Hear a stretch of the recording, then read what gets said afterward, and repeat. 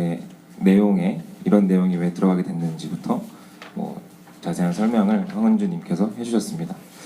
저도 조례 같은 경우에는 전 사실 조례랑 별로 친하지가 않아요. 그래서 조례나 정책 얘기를 들으면 상당히 어렵다라는 인식이 강하거든요. 근데 올해 열렸던 청춘올라라든지 지난 3년간 계속됐던 그런 청년들에게서 이야기를 꺼내볼 수 있는 장을 마련하고 그 이야기로부터 정책까지 연결될 수 있는 이런 고리를 쭉 만들어 나가는 과정에서 정말 필요에 의해서 정책이라는 것들이 실제로 그 문제 당사자에게 효용이 있어야만 의미가 있는 거잖아요. 그런 의미에서 이번 청년 기본 조례가 이런 과정에서 만들어졌다는 것이 굉장히 큰 의의가 있다라고 생각을 합니다.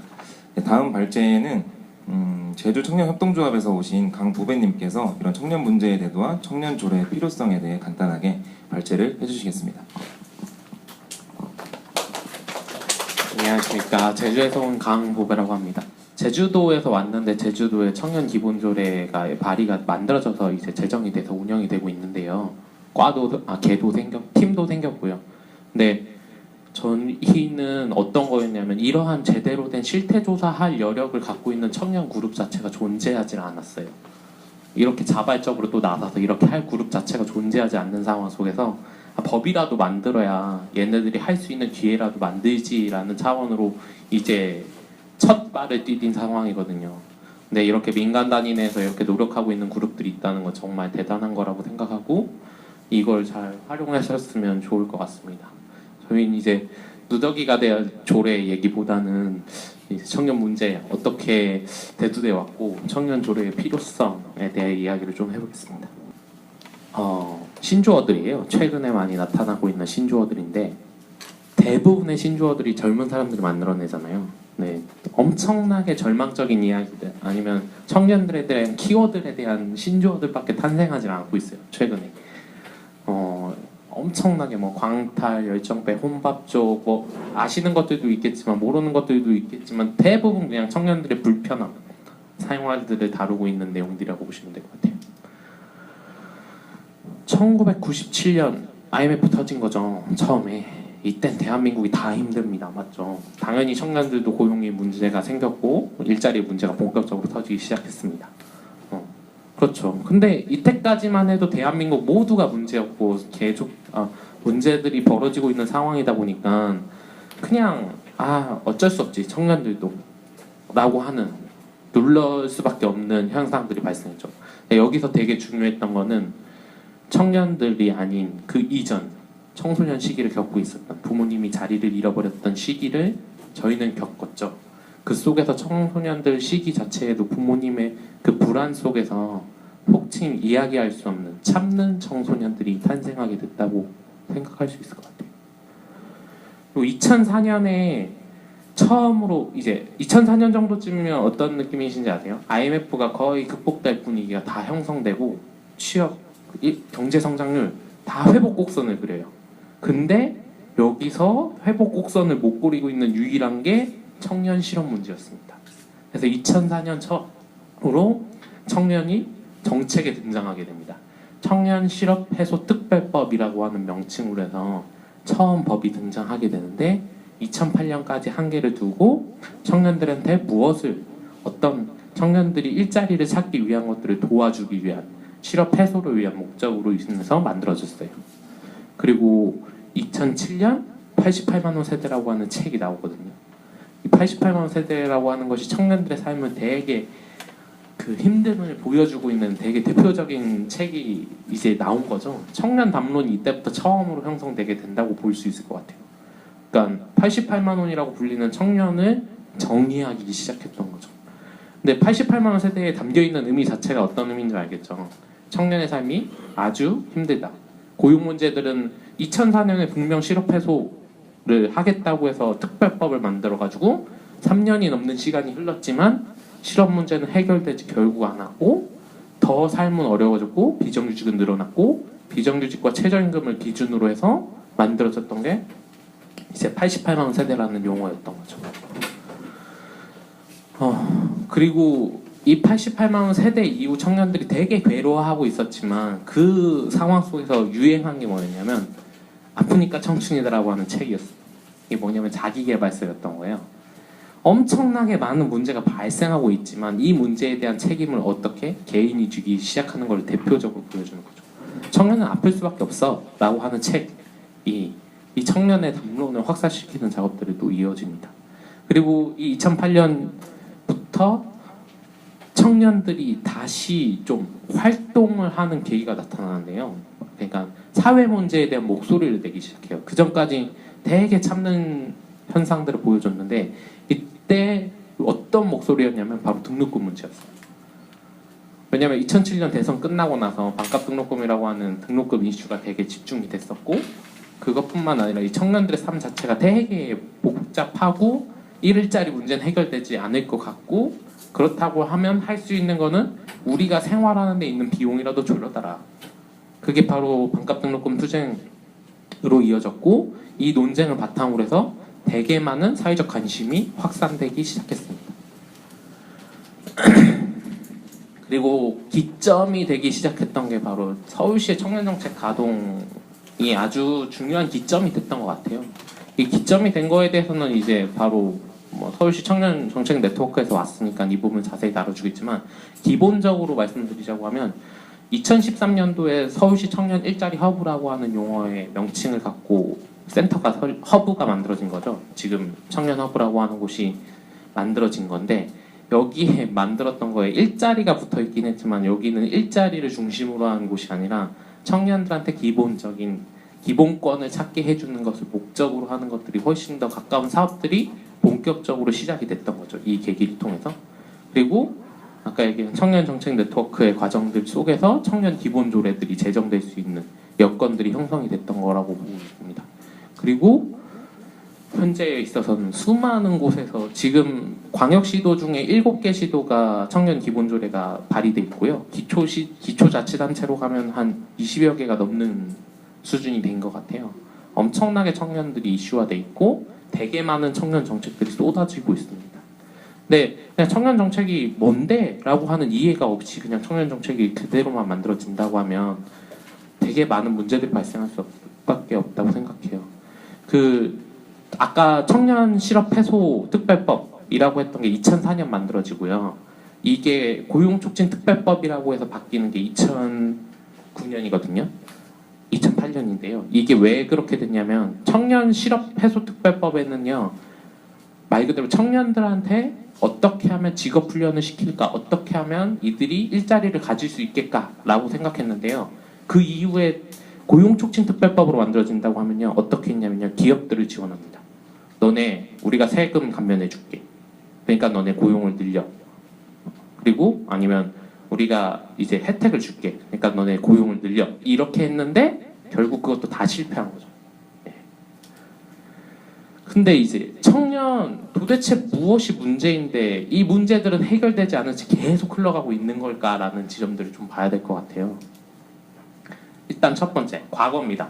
기본적으로 저희가 전제 내리고 있는 것은 대학 입시라고 하는 틀 속에서 입시 경쟁에서 자신을 찾을 기회를 아무것도 안 가졌죠. 그리고 대학에 처음 돼서야 나를 찾는 작업들이 이루어지기 시작해요.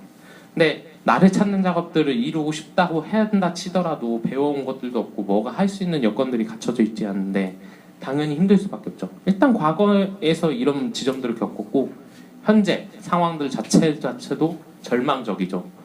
뭐 주거 문제, 일자리 문제뿐만 아니라요. 그냥 기본적인 전제가 소득 불균형을 통해 가지고 청년들이 성공할 수 있는 가능성 자체가 없어진 거죠.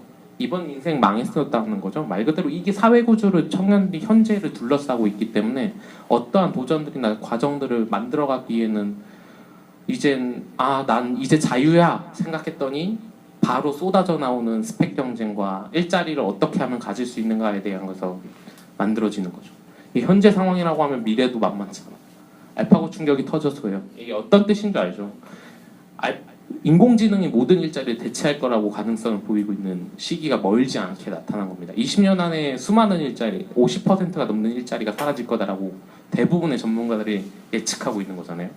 그럼 도대체 청년들은 어떻게 해야 되냐? 이게 미래인데 정말 이거는 누구도 감내할 수 없는 상황들이 지금 청년들한테 쏟아지고 있는 거고, 당연히 청년 문제는 쉽게 해결될 수 없는 방향으로 전개될 수밖에 없는 거라고 생각합니다. 이게 국가가 나서가지고 돈을 쏟는다고 해결될 문제들이 아닌 거죠. 그럼 청년들을 어떻게 살아야 하나라고 하는 지점에서 청년 기본조례는 되게 키워드를 갖고 있다고 생각해요. 라이프 3.0에서 되게 중심이 되고 있는 이야기들을 좀 키워드로 뽑아보면 삶의 질, 뭐 헬스, 그 다음에 뭐 웰빙, 그 다음에 이런 얘기들 통해서 삶의 질에 대한 가치들이 되게 많아져요. 저희가 실제 청년들이 밥 굶어 살진 않잖아요.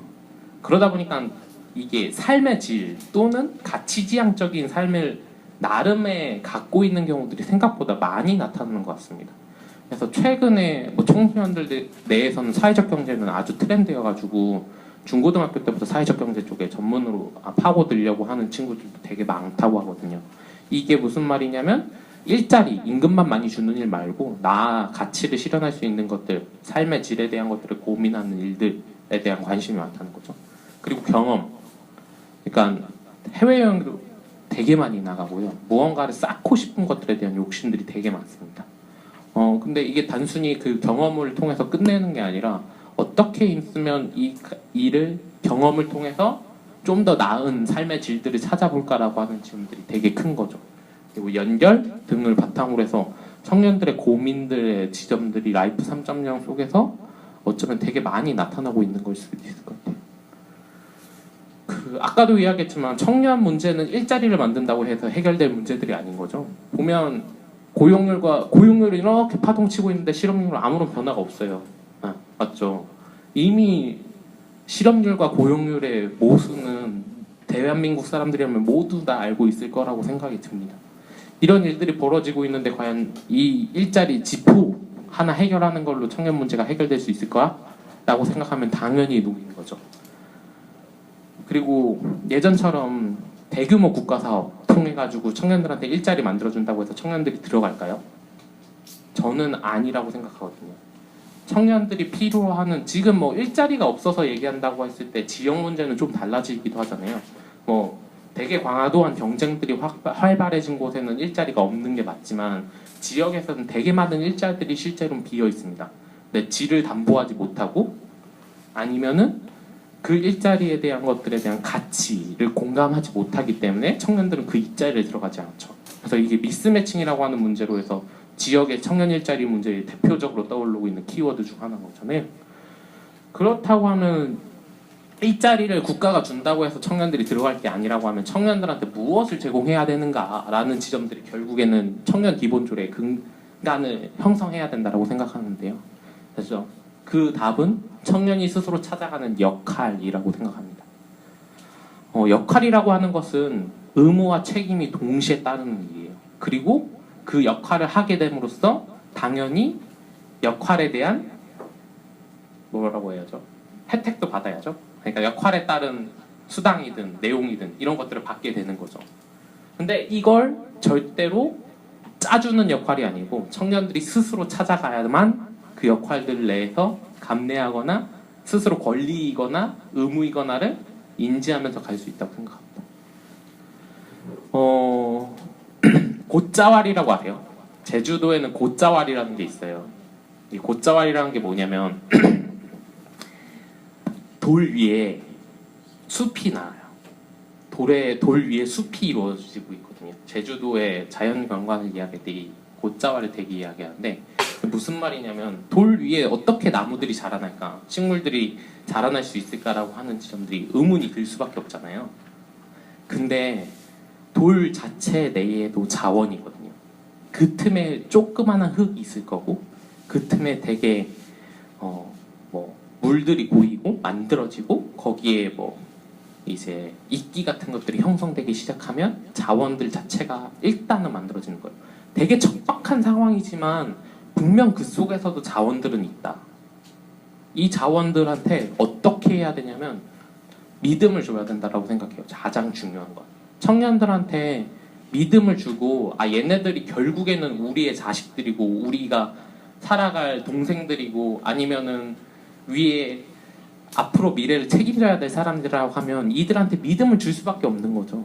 믿음을 주고 이들을 성장하게 된다고 했을 때는 숲을 이룰 수 있다. 충분히. 아무리 어려운 형편이지만 햇빛과 물처럼 아무 이유 없이 청년들한테 믿음을 주면, 자원을 주면 결국엔 그들도 그 힘든 환경 속에서도 자라날 수 있을 거다라는 생각을 합니다.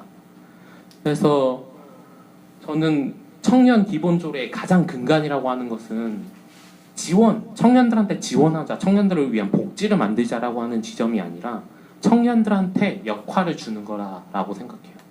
당연히 역할에는 의무가 따르고 책임이 따릅니다. 그리고 그에 따른 역할에 대한 비용도 당연히 줘야 되는 거죠. 이 과정을 통해서 청년들이 성장할 수 있게 만들고 사회의 당당한 일원으로서 키워낼 수 있어야만 앞으로의 일자리들을 대체하는 형태들이 아니라 자신의 업을 만들어가는, 지금까지 일이 아니었던 것들이 일이 되는 과정들을 청년들 스스로 만들 수 있을 거고, 그게 청년 기본조례의 가장 근간이 되지 않나 생각합니다. 이상 발표 마치겠습니다.